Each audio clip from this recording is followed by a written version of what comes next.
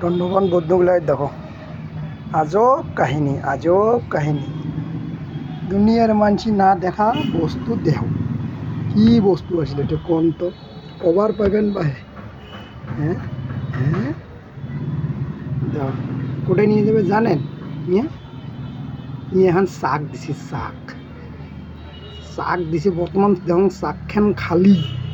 নিয়ে যেয়া মানে মধুর রস বানাবে হ্যাঁ মৌমাছি হ্যাঁ হ্যাঁ সেই স্বাদ না মধুর হ্যাঁ হ্যাঁ যাবো দেখি হ্যাঁ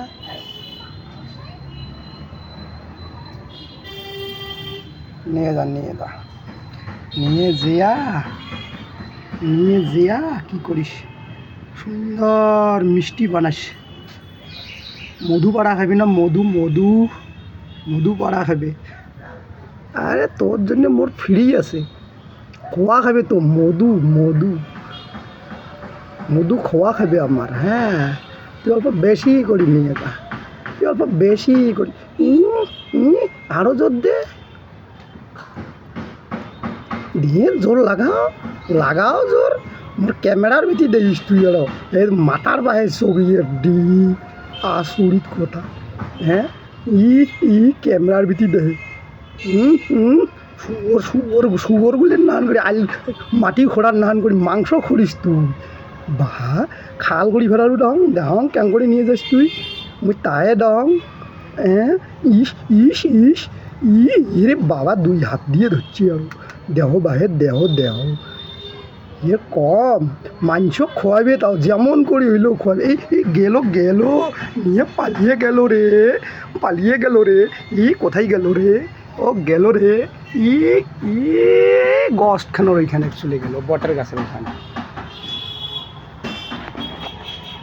তাহলে বন্ধুগুলা ভালো আছেন নমস্কার কি বান করিল লাগছেন আমরা গুলে না দে দেখিতে ধরছেন কি করলাম তোমরা কি করিল লাগছেন কমেন্ট করি এখানে কন শুনি